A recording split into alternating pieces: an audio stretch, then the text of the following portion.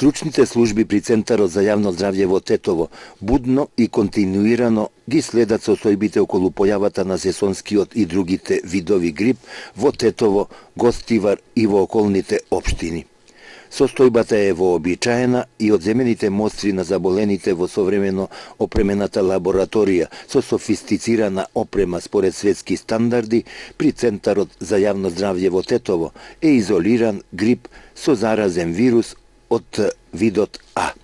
Информира раководителот на Оделението за епидемиологија при Центарот за јавно здравје во Тетово, доктор Сузана Субашич, специјалист по епидемиологија. Првите заболени лица од грип есенва во Тетово се регистрирани уште во текот на октомври и нивната бројка тогаш изнесуваше 12. Постапно се зголемува нивниот број и до вчера вкупно во Тетово се регистрирани 74 лица од најразлична возраст заболени од грип од видот А. Тоа представува 17% во однос на вкупната бројка на заболени лица од грип во Република Македонија, вели доктор Сузана Субашич.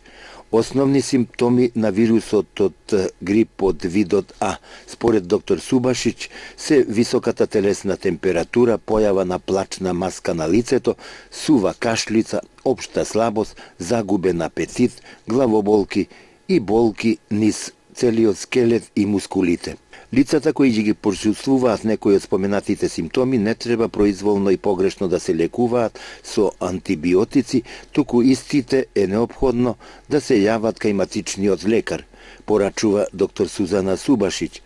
Инаку многу порано од предвидениот период, односно уште во октомври, во Тетово е појавен грип, за чие ширење многу придонесува и загадувањето на воздухот, кој граѓаните, а особено пешаците, го вдишуваат секојдневно, измешан со суспендирани микрочестички кои се создаваат при ослободувањето на отровните издувни гасови од возилата, како и од чадот предизвикан од палењето на пластични шишиња, гуми, разновидна амбалажа и измешан смет во контейнери и новоформираната дива депонија во близина на прехранбената индустрија и стамбените објекти на источниот дел од Тетово. Инаку, според анализите и мерните инструменти, Тетово, кој со децени бил познат по нечистиот амбиентален воздух, сега, заедно со Скопје и Битола, се вбројува меѓу градовите со континуирана загаденост на воздухот, со концентрација на суспендирани микрочестички, многу штетни врз здравјето на луѓето, повеќе од дозволеното.